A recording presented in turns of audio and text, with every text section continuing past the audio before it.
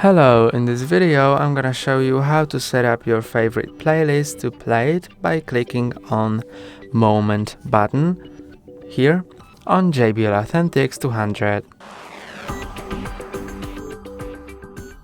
This is a Moment button. You can click on it to play your favorite playlist.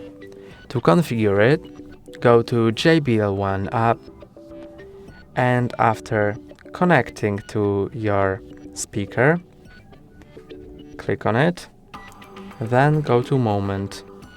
Now click on your playlist and choose a service on which you want to select the playlist. I'm gonna go to Home Radio and log in. Enter the password. I'm gonna do it off camera. And now press on login.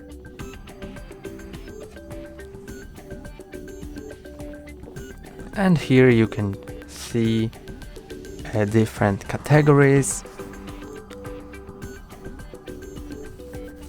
I'm gonna click on pop, rock, vintage, and here you can choose the playlist you want to select.